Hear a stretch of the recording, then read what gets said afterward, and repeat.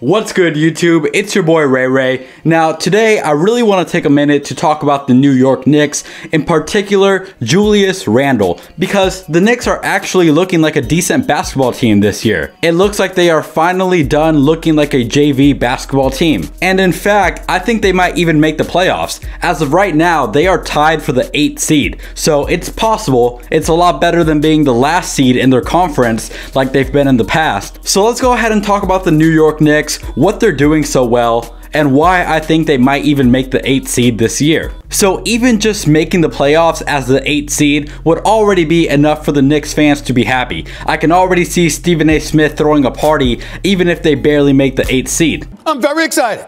I'm very excited. Because as you all know, the Knicks have been very bad for a good amount of time. Last year, the Knicks were 21-45.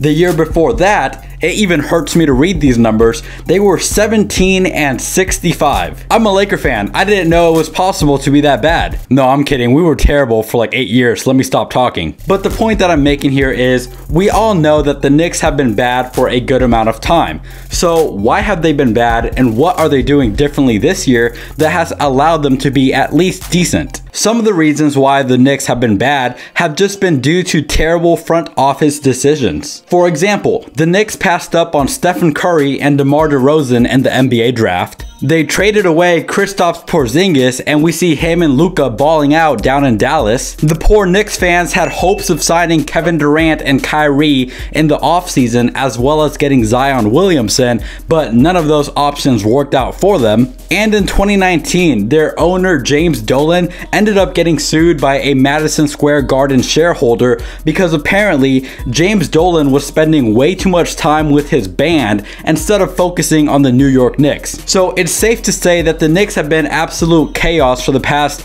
I don't even know how many years, but it's finally starting to look like they are at least a playoff contending team. So what are the Knicks doing this year that has them in playoff contention? The first factor has to do with Julius Randle. As a Laker fan, it really hurts me that every single time a player leaves the Lakers, such as Julius Randle, Brandon Ingram, they suddenly get a whole lot better later on in their career on another team. Julius Randle is a 16 point per game career player. Now this year, however, he's averaging 23 points and 10 rebounds on the Knicks. And yesterday against the Boston Celtics, which Boston fans, I'm sure that loss really hurt you guys. You guys shot 7, let me pull this number up. So yeah, 7 of 46 from 3. You guys shot 7 from 46? I'm a Laker fan, and I even know that you guys are better than that. So I'm not gonna roast the Boston Celtics fans because I know they're already in pain from that loss. I'm not about to add fuel to the fire. No, thank you. But last night against the Celtics,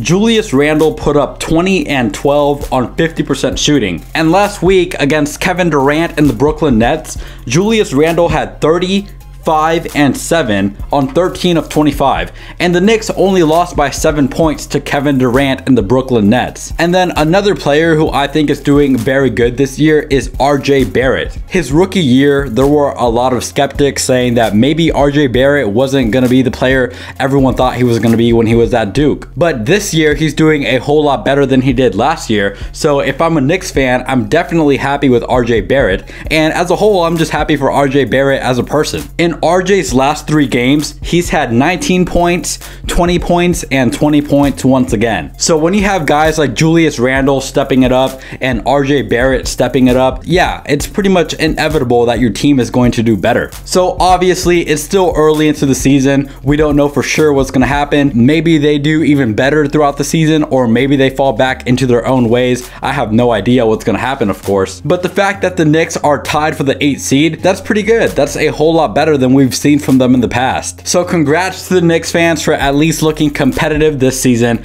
I'm sure Stephen A. Smith is happier right now than he was a year ago just based off the Knicks record. And as a sports fan, I'm really excited to see how their season plays out. Let me know down in the comment section how you think the Knicks are going to do this season. Will they end up making the playoffs? Will they fall back into their old ways? You guys can let me know down below. But if you watched this video all the way through, please give it a thumbs up for the YouTube algorithm and hit that subscribe button down below as well. We talk about NBA games on this channel, NBA news, pretty much anything that has to do with basketball, we go ahead and talk about it. Thank you all so much for watching. I am out of here.